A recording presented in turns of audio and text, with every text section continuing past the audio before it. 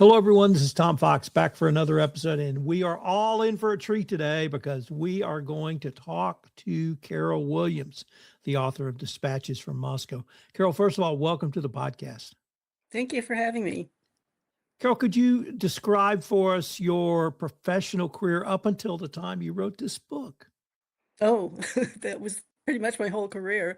I was a foreign correspondent in the Soviet Union for the Associated Press in the 1980s when Mikhail Gorbachev came to power and he attempted to reform the Soviet Union so it wouldn't collapse as it did 5 years later.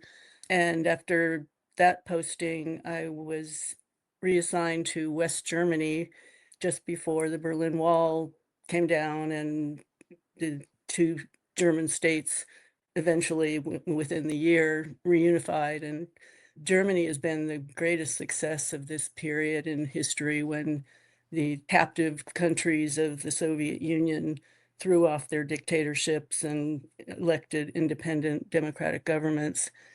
And after the Eastern European revolutions and the Berlin Wall aftermath, I covered the wars in Yugoslavia that broke up that federation. And I went back for another posting to Moscow when the LA Times hired me to cover the same region in turmoil. And I worked for the LA Times for 26 years in Russia, Eastern Europe, Germany, and the Caribbean, where I was expecting to cover the downfall of the Castro regime and the last domino in the Soviet or the communist empire, but that's still an unfinished job. I retired about 10 years ago when the newspaper started going in a wrong direction. I already get the sense that this book was inside you, waiting to get out, and maybe the entire trilogy. Absolutely.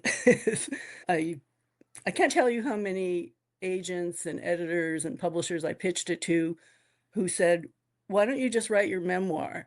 But I couldn't have the latitude with having to be accurate, not having the problems my main character has, which makes it a more interesting read. It's not just dry history of the last years of the Soviet Union. It's told through the allegory of a love story and between a Soviet diplomat and my character, Natalie Chester, who works for a news agency. The descriptions of the office of her news agency are exactly the parameters of the Associated Press office in the Kutuzovsky complex of Moscow. It's not a memoir, but it's very close to the experiences and the major stories that I covered during those years. What was it like being a foreign correspondent in Moscow in the 80s and early 90s? It was dramatic and very satisfying because these changes that people talked about for decades were suddenly happening. And during the Soviet period, the reason I've often categorized this phase as a missed opportunity for the West to develop a more collaborative relationship with the former superpower is because when Gorbachev came to power, the three previous Soviet leaders had all died within 3 years. So there'd been no policy discussion or planning, or certainly no consideration of reforms until Gorbachev came to power. The Soviet Union was bankrupt at this point. They were deeply indebted to Western governments for the money they had to borrow to keep up with the arms race with the United States. And Gorbachev identified that until they could stop the arms race and start dismantling some of these weapons that both sides had developed enough of to completely destroy the planet, that nothing was going to be gained by continuing to indebt the country and make more weapons and further imperil humankind. So that was his motivation. But instead of the efforts that were, or the proposals that were offered by the Soviet side after several phases of arms control talks, at one point the Soviet Union offered to completely dismantle all of their nuclear weapons if the United States would do the same thing. But Reagan had just introduced his Star Wars program, which was going to position lasers in space that could shoot down missiles. And that was he would not give up on that. So they ended up with just an intermediate range nuclear forces agreement. I think it was in 1986. It was the first major, or the first, I think, ever dismantling of nuclear weapons. And they were successful in getting rid of those short range or medium range, the ones that could reach Europe and in turn Europe to reach Russia. But because neither the US side wasn't ready to dismantle all of their stuff. So that's what I meant by a missed opportunity. I don't think we've gained much by developing yet more world destructing weaponry in the last 30, 40 years. Do you even think, though, that given our president at the time, Reagan, who did negotiate with the Soviet Union, I don't want to suggest he didn't, but that a Cold War warrior could really make that sort of into complete intellectual 180 and move to a more collaborative or cooperative approach? Could we have even done that? No, that it was a very idealistic expectation on Gorbachev's part, but it was just so exciting and unexpected that there was this phase when they were seriously negotiating. But it wasn't just Reagan, the neocons and the people who were warning, the West weapons, the arms talk negotiators, not to be taken in by this. The Soviets were just trying to lure us into a vulnerable position, and there was certainly a lot of support on the right side of US politics for Reagan to hold out on his Star Wars initiative, which never got built anyway, even though it was not banned. What was the role, if any, of Mrs. Thatcher in this process? She was a very big boost for Gorbachev. Even before he became general secretary, he made a trip to Great Britain in 1984 and he met with Thatcher, and she came out and said, "This is a man we can do business with."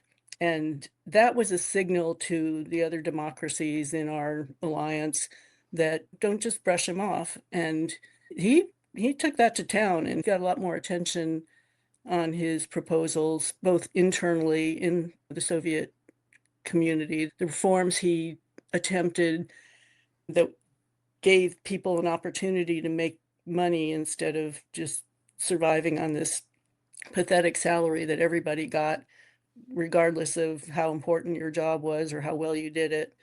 And that kind of personal initiative that it was supposed to inspire never really came to fruition because there were people within the Soviet leadership who opposed changing anything that would liberalize society, stop repressing people and limiting their opportunities to have a better lifestyle. How did these facts, or this story rather, or history, I should say, that you were watching and reporting on tie in or lead to the book? Oh, every step of the way. I was a journalist covering international affairs for 40 years, and I I mean, it was a kind of a pivot in history that every day you felt like, boy, this never happened before, and where's this going? It was very inspiring. That was the word I was looking for earlier. And it just, none of it got any sleep for years. It was very exciting, but very demanding too. As the Soviet Union fell, we also saw the Baltic states gain their freedom. And then we saw Eastern Europe, what we used to call the old Warsaw Pact countries, Right. lose their communist overlords. How did that process play out before you?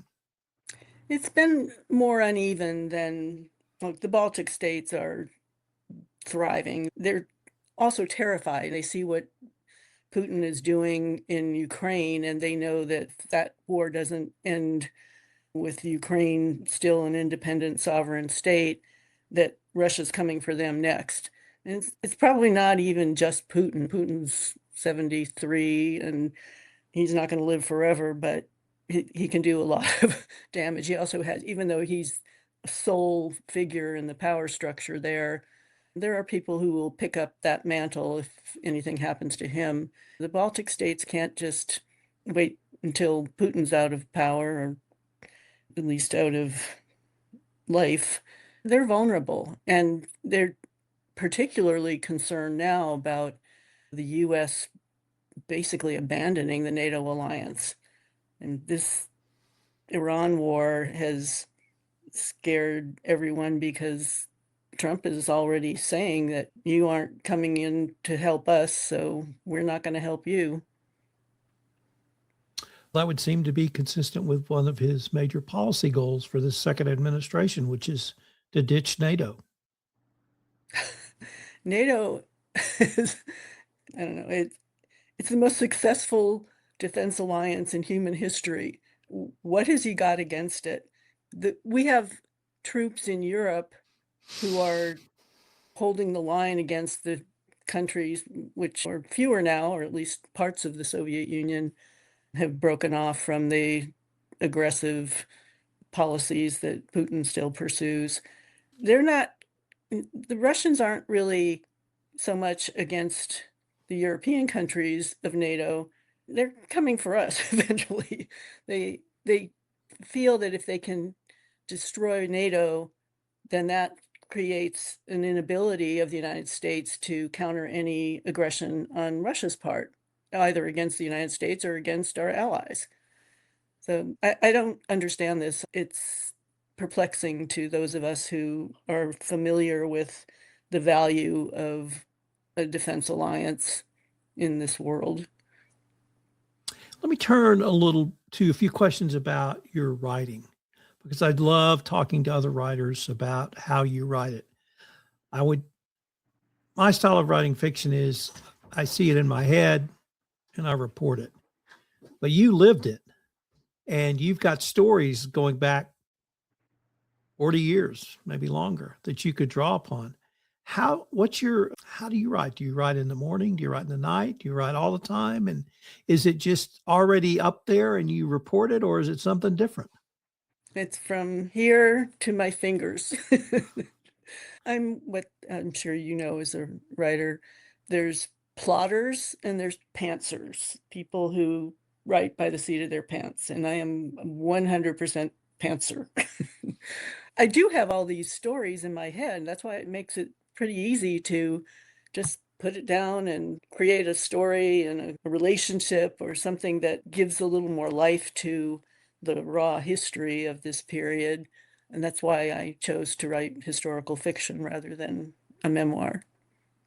Do your characters take over the story and do things you weren't expecting? No, I make them do that. Okay. Because sometimes they do things I just went, oh my God, I can't believe he did that. Yeah. There, many of those things you are probably reacting to, I actually did. That bonkers trip, I don't know if you've read the book, but there's a very long segment where Natalie and her British tabloid friend drive from Moscow down to Yalta on the Crimean Peninsula because they want to relive a sort of spring break road trip experience. But the Soviet Union at that time had nothing along, this was like a 1,600-mile trip, round trip, and there are no roadside restaurants or hotels or gas stations. You're just constantly in some crisis mode. But we actually did that. We didn't end up in prison and at the center of an international crisis as my character is, but we did get arrested. Tell me about the trilogy that what's the structure and format and why 3 books? Because there were 3 phases, I think, of this sweeping change that flowed from Moscow when Gorbachev was in power, even though it largely failed, the attempt to reform the country, give people more opportunity, lighten up on the repression and the jailing of dissidents, and or now they kill them, but back then they usually just put them in prison camps. And then that attempt by Gorbachev to reform the Soviet Union inspired the people of East Germany to rise up against their communist government. And in the summer of 1989, these pro-democracy protests broke out. They were inspired by a conflict because East Germans weren't allowed to leave the country without government permission, and at least not to the West. And people wanted to travel. They wanted to go visit relatives who lived somewhere else. They just wanted to see the world. And this became a real sharp issue because one thing that Gorbachev was able to accomplish was to allow people to get passports and travel without having to have some official business to leave the country. So the East Germans got really angry about that, and they started demonstrating. In the summer, swept through the fall months, and they found an opportunity to get out. And Hungary and Austria, Hungary was at the forefront of the democracy movement at that time, and as a sign of reconciliation, the Austrian and Hungarian governments opened a border crossing between Sopron and just outside of Vienna on the Austrian side. And East Germans who were allowed to spend their summer vacation in Hungary, when they finished their vacation, instead of going back to East Germany, they went out and they turned themselves into West German embassies all over Europe and wanted asylum in West Germany. And these started coming out like by the thousands each day in the summer of '89. They camped outside they had thousands of people camping on the lawns of these embassies of West Germany in Czechoslovakia and Austria and Belgium.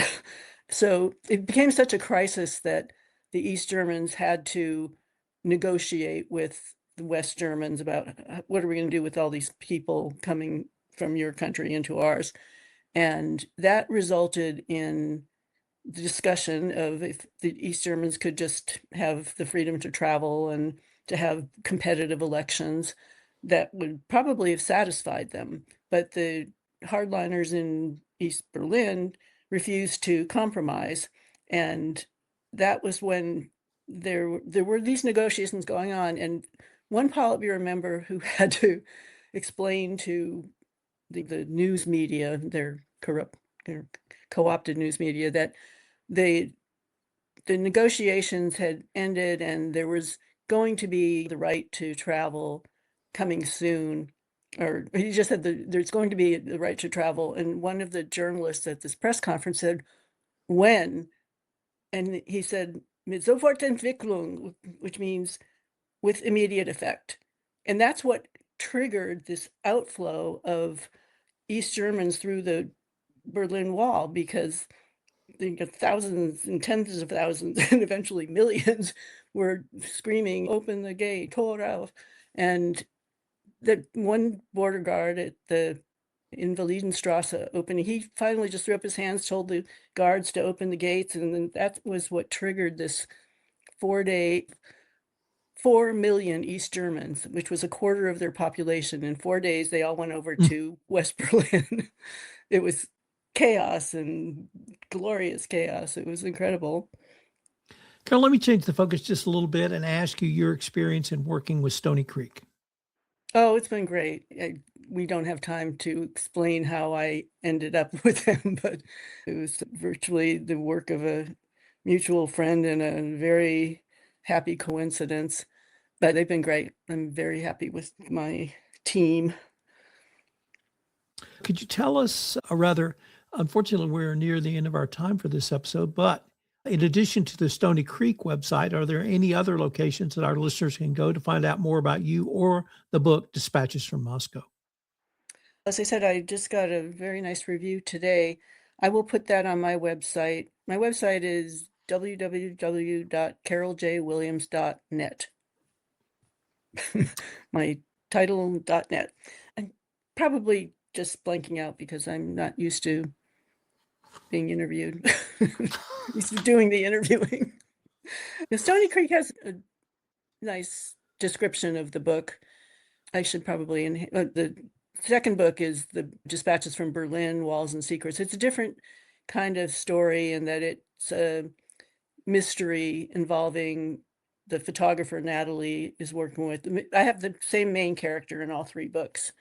And the photographer she's working with, his father was German and he disappeared when David was a child. And Natalie is more like sleuthing in this book than doing the work of a journalist. And then the third book is Dispatches from Sarajevo, and it's about the Balkan Wars. And it's a thriller. It's the really dire wars, fighting, rape and pillage and ethnic cleansing. That was a really graphic, horrible experience for somebody who's never lived and worked in that kind of war environment. I'm greatly looking forward to all three. Carol, I want to thank you for taking the time to visit with me, and I'm looking forward to continuing our discussion. Me too.